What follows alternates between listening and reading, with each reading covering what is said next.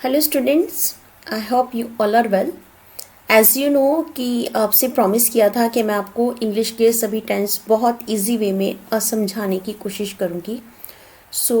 कल के बारे में बात करें तो कल हम लोगों ने कुछ एक वीडियो में कुछ टॉपिक्स पार्ट जो है वो कवर किया था एंड उसको मैं थोड़ा सा रिपीट करती हूँ।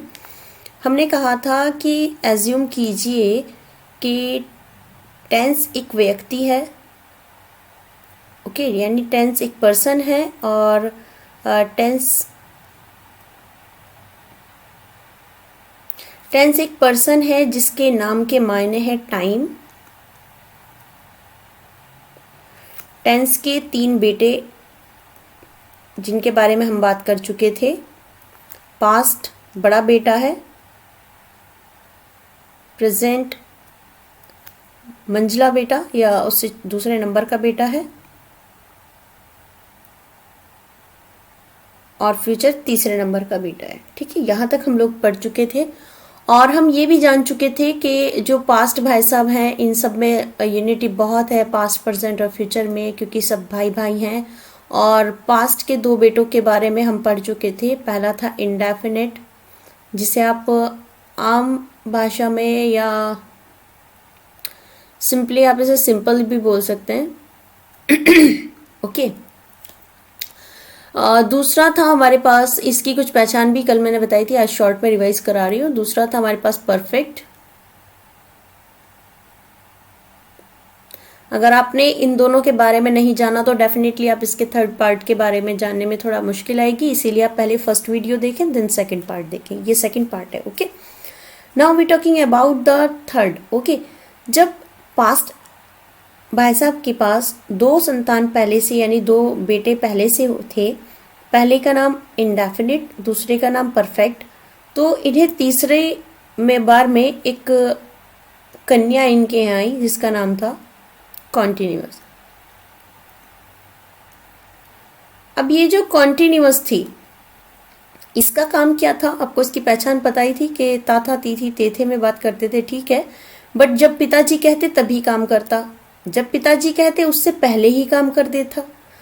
और ये जब पिताजी कहते तब का वेट ना करके ये बिल्कुल काम कर रहा होता था, मतलब चाहे तो पिताजी रोक दें चाहे तो काम करा लें, थोड़ा सही था। ठीक है, इन दोनों के मुकाबले थोड़ा ठीक लगा। जैसे कि पिताजी ने परफेक्ट को काम दिया कि भैंसों को डेली नहलाना है, ठीक है, भैंसों को डेली नहलाना है। अब जाड़ा बहुत ज़बरदस्त यानी बहुत ज़बरदस्त ठंड में इसने क्या किया, भैंसे को नहला दिया। तो वो काम सही था गलत था?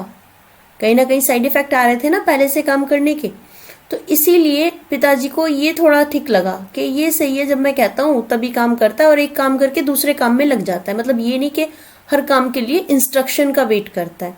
तो ये क्या करता है, खाना खाकर स्कूल चला जाता है, समझ आई है ना। तो यानी एक काम कर कर, यानी इसकी पहचान होगी एक काम कर चुका, जब ये एक काम कर लेता है तो दूसरे काम कर रहा होता था। ठीक है, था इसलिए ऐड हो रहा है बिकॉज ये किसकी संतान है, ये पास्ट का बेटा है। ओके, या बेटी कह सकते हैं, पास्ट की के बच्चे हैं, तो इसीलिए यहाँ पे पहचान सब में लास्ट में था आ रही है। अब इसका क्वालिटी ये थी कि ये एक काम कर कर दूसरा काम कर रहा होता था, राइट। तो अभी हम बात करेंगे इसकी, ठीक है। तो हम यहाँ की जब बात करेंगे तो पिताजी को ये सभी बहुत पसंद थे, लेकिन उनमें देखा जाए तो इन तीनों की क्वालिटी में इसकी क्वालिटी ने, प्रेजेंट की परफेक्ट की क्वालिटी ने इंडेफिनिट को सप्रेस कर दिया यानी छुपा दिया। क्यों? क्योंकि ये ऑनेस्टली काम करता और पूरा काम कर लेता था। इसके अंदर क्या क्वालिटी थी, कॉन्टिन्यूअस ने इसकी क्वालिटी को भी छुपा दिया क्योंकि ये काम कर कर दूसरे काम में लग जाता था। तो पिताजी को इन तीनों में मतलब प्यार तो सबसे बराबर था, लेकिन इंपॉर्टेंस किसकी ज्यादा थी, परफेक्ट कॉन्टिन्यूअस की। तो इस बार जब इनकी जो बीवी थी, जब इस बार इनको भगवान ने संतान दी, तो इन्होंने क्या किया कि ऊपर वाले अब के मेरे जो चौथी संतान है उसमें इन दोनों के गुण डाल दे, एक तो परफेक्ट के डाल दे और एक कंटिन्यूअस के डाल दे। इसीलिए उन्होंने इनका नाम रख दिया परफेक्ट कॉन्टिन्यूअस। क्या नाम रख दिया,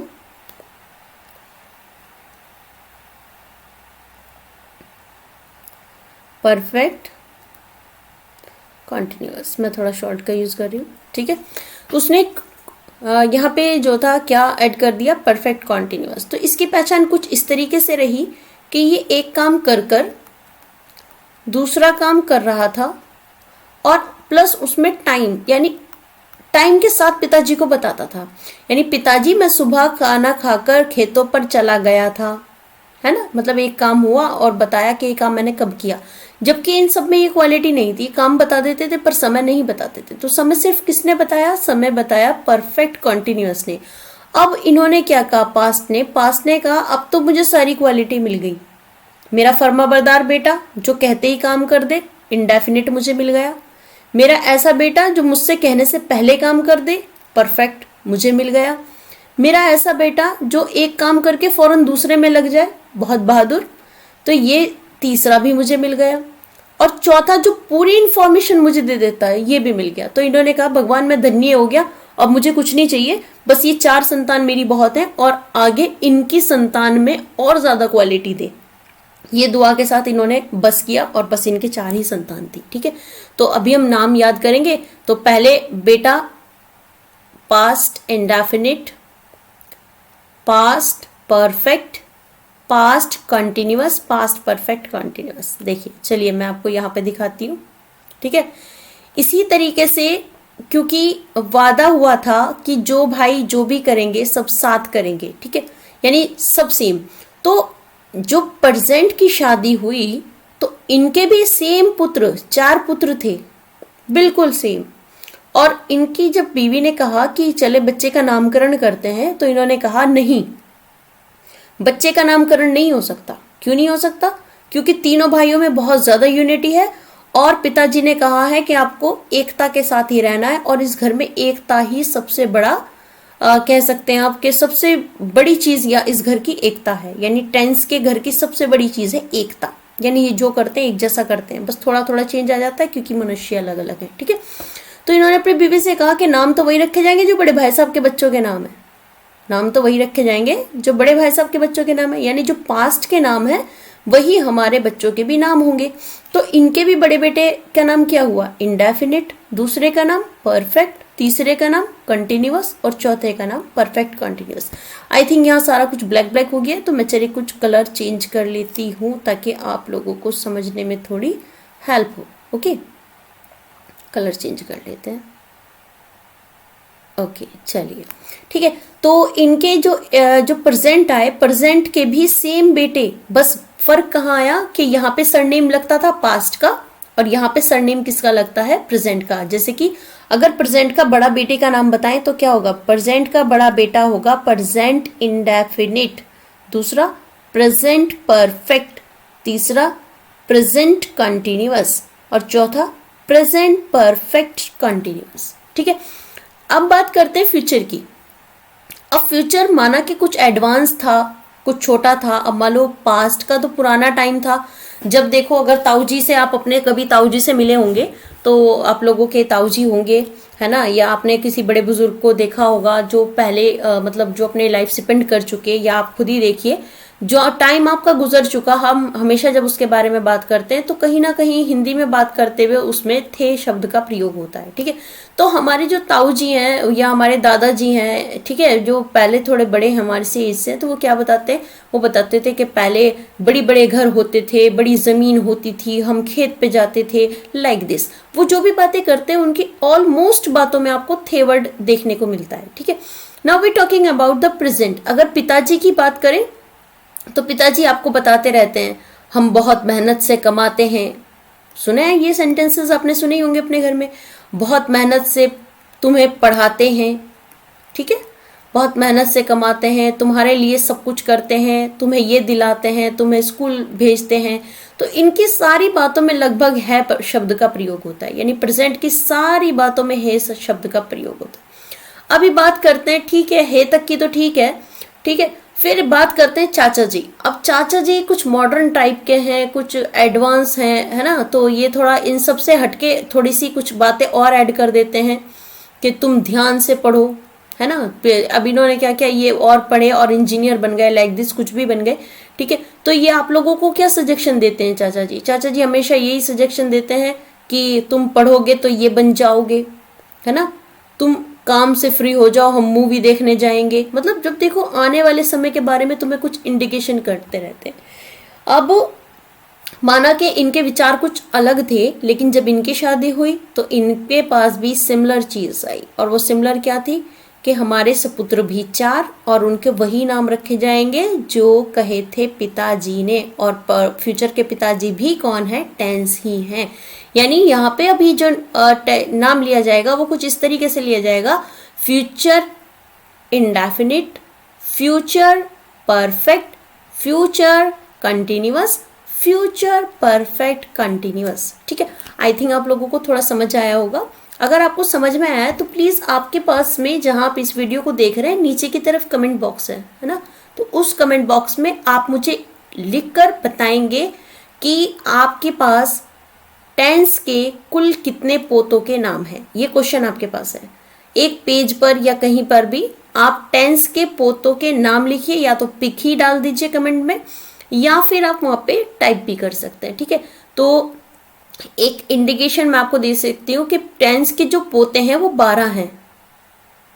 ठीक है, टेंस के 12 पोते हैं, 4 पास्ट के बच्चे हैं, 4 प्रेजेंट के हैं और 4 फ्यूचर के हैं। उनके पर्टिकुलर नाम आप रिटन में बताएं ताकि आप लोगों को भी याद हो जाए। ठीक है, बाकी आपकी मर्जी है, बोर्ड एग्जाम आपके सर पे है, मेरा काम आपको समझाना है, आपका काम मेहनत है। ठीक है, यदि आप करेंगे तो डेफिनेटली आप कर ही लेंगे। ठीक है, और अच्छे से होगा। अगर आप एक बार से इस काम को बहुत अच्छे से कर लेते हैं तो आपका जो कह सकते हैं कि इंग्लिश की जो बुनियाद है वो बहुत अच्छी सी आपकी रखी गई। ये एक तरीके की बुनियाद है, नींव जिसे कहते हैं। ठीक है, ये आपकी रूट्स हैं। अगर रूट्स स्ट्रांग होंगी तो प्लांट आपका बहुत स्ट्रांग होने वाला है। ठीक है, नाउ सी दिस, हमने देखा कि tense, okay, here is tense,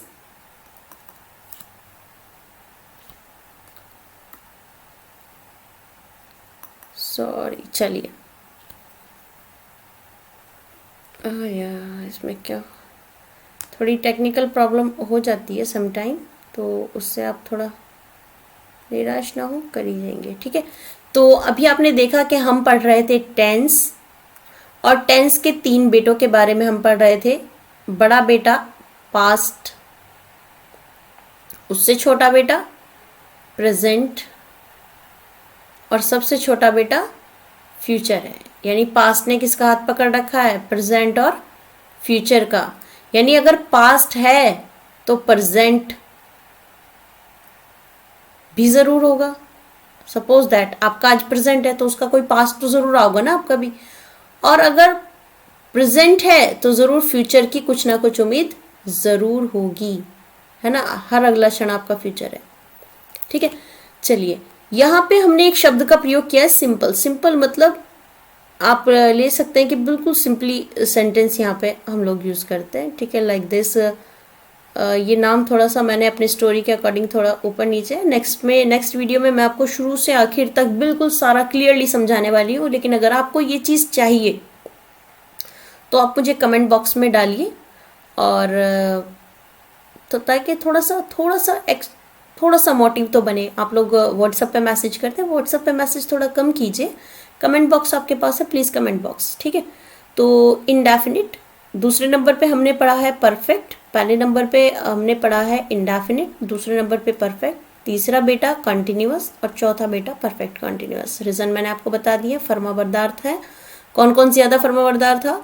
एक तो परफेक्ट फर्माबरदार था और एक कंटिन्यूअस फर्माबरदार था। तो इन्हीं दोनों से प्रभावित होकर पिताजी ने इनका नाम परफेक्ट कंटिन्यूअस रखा था।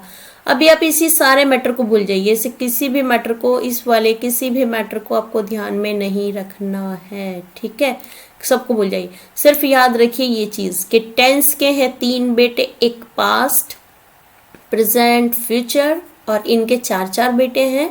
पहले का नाम इंडेफिनिट, दूसरे का नाम परफेक्ट, तीसरे का नाम कंटिन्यूअस, चौथे का नाम परफेक्ट कंटिन्यूअस। और अगर हम बात करते हैं कि टेंस भाई साहब के बेटे कितने हैं, तो बेटे हैं 3। पोते कितने हैं? 12। कैसे हैं? क्योंकि एक बेटे के 4 बच्चे हैं, इस तरीके से ये 12 हैं। और इनके पूरे पूरे नाम अगर हम बात करें, प्रेजेंट की फैमिली के नाम बताइए, तो प्रेजेंट की फैमिली कुछ इस तरीके से होगी: present indefinite, present perfect, present continuous, present perfect continuous. और अब आपको एक कंप्लीट फैमिली यानी इन 12 मेंबर के नाम बताने हैं। आप कमेंट बॉक्स में बताइए या फिर आप लिखकर पिक सेंड कीजिए, पर प्लीज़ व्हाट्सअप मत कीजिए। व्हाट्सअप पे बहुत भीड़ आप लोग कर चुके हैं, व्हाट्सअप ना करें प्लीज़, व्हाट्सअप ना करें, ठीक है। तो आपको जो भी कहना है कमेंट बॉक्स में कह दो। आपके कमेंट्स पढ़े जाते हैं और मैं उन्हें लाइक दिस वे लाइक वाइक भी कर देती हूँ, लाइक भी अगर कभी मुझे लगता है। चलिए आज के लिए इतना ही। Thanks for watching this video. अगर आपको समझ आया है तो ठीक है, अगर कोई भी प्रॉब्लम है कमेंट बॉक्स में डालिए, आपकी प्रॉब्लम रीड की जाएगी। यहाँ पर मैं आपको बता रही हूँ, जैसे जैसे टाइम बढ़ रहा है, एग्ज़ाम करीब आ रहे हैं, मैं आपकी हर तरीके से मदद करने के लिए तैयार हूँ। और मुझे अच्छा लगता है कि मैं अपनी पुरानी प्रोफेशनल से थोड़ी बहुत भी जुड़ी रहूँ, बस इसीलिए ये वीडियो है और इसीलिए इस वीडियो का इतना ही मोटिव है मेरे लिए। और मैं आपसे कहना चाहूँगी कि मेरी कॉन्टीन्यूस जो मैं क्लास आपको दूँगी वो 10th क्लास के लिए, ऑल सब्जेक्ट के लिए हेल्प कर सकती हूँ।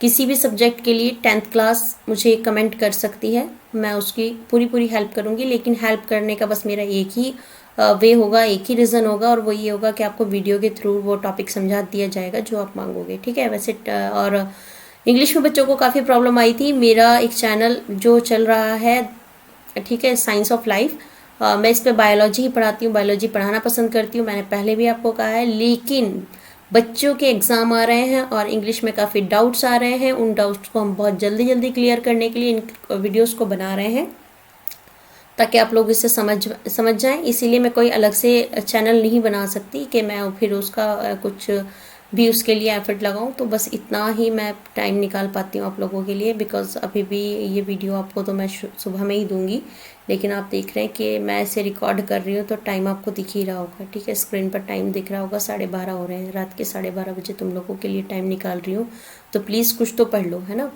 तो आप लोगों को पढ़ना है और बहुत अच्छे से पढ़ना है। और बाकी कोई भी आपको प्रॉब्लम है 12th क्लास से रिगार्डिंग, तो मैं यही कहूँगी कि मैं उसमें आपकी सब सब्जेक्ट में हेल्प नहीं कर पाऊँगी। I can help you only English, ठीक है, English for CBSE and UP board students also, specially grammar, ठीक है। Chemistry both CBSE and UP board, ठीक है, and NEET also, biology also the same, ठीक है। बायोलॉजी में आप थोड़ा आगे भी जा सकते हैं। नीट के स्टूडेंट्स, नीट में प्रॉब्लम है वो बताइए, ठीक है। नीट में केमिस्ट्री या बायोलॉजी से रिगार्डिंग आप प्रॉब्लम सॉल्व करा सकते हैं। और 12th क्लास की बायोलॉजी प्लस केमिस्ट्री की प्रॉब्लम आप सॉल्व करा सकते हैं। बायोटेक स्ट्रीम से चाहे बंदा कोई मास्टर्स में हो, वो भी अपनी प्रॉब्लम सॉल्व करा सकता है। BSc लेवल पर सिर्फ और सिर्फ जो बायोलॉजी वाले हमारे बंदे हैं वो अपनी प्रॉब्लम सॉल्व करा सकते हैं, ठीक है। नेक्स्ट मैं बात करती हूँ कि हमारे कुछ सब्जेक्ट हैं जेनेटिक, जिनमें हमारी स्पेशलाइजेशन है। जेनेटिक्स में आप प्रॉब्लम सॉल्व करा सकते हैं, आप सेल बायोलॉजी की प्रॉब्लम सॉल्व करा सकते हैं, प्लांट फिजियोलॉजी की प्रॉब्लम सॉल्व करा सकते हैं, एनिमल फिजियोलॉजी की करा सकते हैं, सेल सिग्नलिंग की करा सकते हैं, ठीक है। ये सब्जेक्ट हैं आपके, जो भी आपके पास नर्सिंग में हो या फिर जहाँ भी आपके ये सब्जेक्ट यूज़ हो रहे हैं वहाँ पे आप इन प्रॉब्लम्स को सॉल्व करा सकते हैं। अदरवाइज 10+2 के लिए तो सभी सब्जेक्ट ओपन हैं, और जो 12th के लिए जो सब्जेक्ट है वो मैं आपको डिटेल में समझा चुकी हूँ। एंड लास्ट मैं कहना चाहूँगी, thanks for watching this video.